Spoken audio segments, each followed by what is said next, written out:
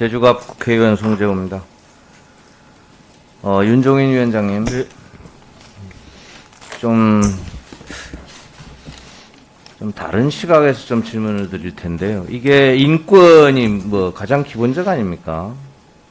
인권의 그 인자가 공동체 인권이 아니라 개인의 인권이잖아요. 개인. 그래서 지금 우리 위원회 이름도 개인정보, 이거 영어로는 프라이버시라고 이렇게 해놨더라고요. 근데 이게 오프라인 사회에서는 별 문제가 안 되는데 온라인 사회가 되다 보니까 대략 오프라인보다 정보의 유통량이 몇 배 이렇게 많아지는 사회가 돼서 이 개인정보라는 게 저는 개인적으로는 이게 유출이 됐다고 생각을 하고 삽니다. 보호됐다고 생각하지 않고 이미 내 거는 다 유출이 됐다. 그리고 그 유출된 거로부터 저 같은 경우도 두려움이 있거든요.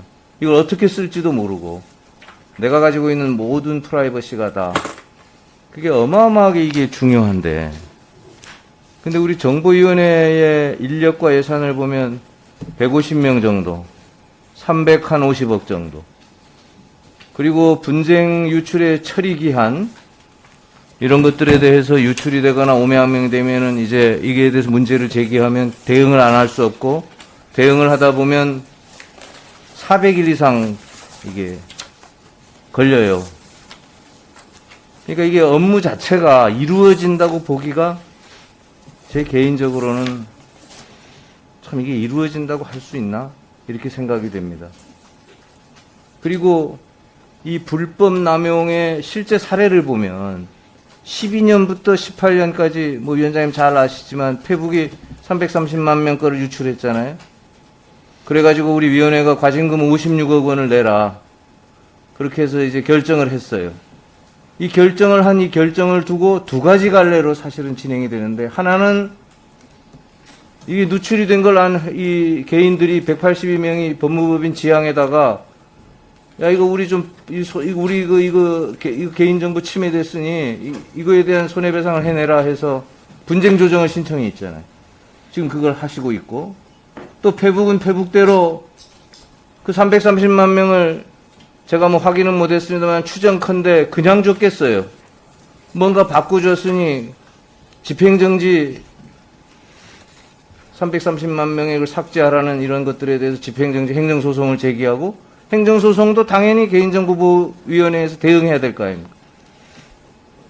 이런 무수한 일들을 154명 350억 가지고 가능합니까, 우선? 제가 정말 묻고 싶은 게. 버거운 건 사실입니다, 의원님. 예. 그게 가능하지 않다. 이렇게 되면 우리의 개인정보는 보호되지 않는다, 이런 거고요. 그러면 이것에 대한 위원장님의 사실 첫 위원장님이시잖아요, 지금. 네네. 이것에 대한 보다 좀 궁극적인 그 제도화 대책, 이걸 내놔야 되지 않냐 생각이 되는데, 위원장님 생각이 어떠세요? 네, 의원님 말씀에 공감합니다. 이제 2025년까지 데이터 규모가 한 175제타바이트 정도 될 거라고 얘기를 하고요. 그 중에 70%가 개인정보라고 하니까 우리가 생각할 데이터 시대의 개인정보의 처리량은 정말로 어마어마하고, 그게 이제 경제의 동력으로 더구나 쓸 것입니다. 그래서 그런 가운데 어떻게 개인정보를 보호할 것이냐가 저희한테 떨어진 굉장히 큰 이슈고, 그나마 저희 위원회가, 저는 위원장으로서 생김으로써 이제 그 문제를 진짜 오롯이 고민할 기관이 생기고 그거에 대한 방법을 찾아내는 데 큰 의미가 있었다, 이렇게 보고요. 지금은 역량은 저희가 다 부족하지만 저희는 시스템 문제라고 결국은 생각을 합니다. 그래서 앞으로 기업은 기업대로, 또 공공기관은 공공기관대로, 또 국민은 국민대로 어떻게 개인정보를 잘 보호하면서 활용할지에 대한 새로운 패러다임을 만드는 과정이 굉장히 중요하고, 저희는 그 부분에 관해서 일단 역점을 두어서 추진하려는 계획을 갖고 있습니다. 네. 이게 유엔 인권 우리 이사회에서도 특별 이거 보고관 해가지고 우리 개인정보 실태를 조사했더라고요. 네. 개인정보보호위원회가 독립성이 굉장히 부족하다. 인력과 예산에 굉장히 문제가 있다. 두 번째는 정책과 사업에 대해서 개인정보를 얼마나 보호하는지에 대한 영향평가가 없다. 쉽게 말하면 제주도가 드론 특구인데요. 드론을 가지고 위에서 촬영해서 그거 내놓으면 이렇게 벌려서 봐서 여기 도둑 들면 좋겠다 해서 도둑질 사례가 실제 있는 거 아닙니까? 이런 게 그냥 빈번하게 일어나요. 그래서 모든 정책과 사업에 개인정보 보호 영역을 평가해야 되는데 이런 것까지 고려해서 좀 개인정보 보호위원회가 제대로 일할 수 있는 구조, 기능에 대해서 좀 뭐라 그럴까요? 설계도 해주시고 그런 계획안을 의원님에게 알려주시고 좀 이렇게 협조해서 그런 걸 좀 만들어야 될 것 같습니다. 네, 의원님 지적을 해주셨으니까 조금만 더 추가로 말씀을 드리면 그 유엔 특별 프라이버시 특별 보고관이 이제 6월에 그런 이제 보고서를 낸 건 맞는데 실제로 이 시점은 사실 저희가 출범하기 전이었습니다.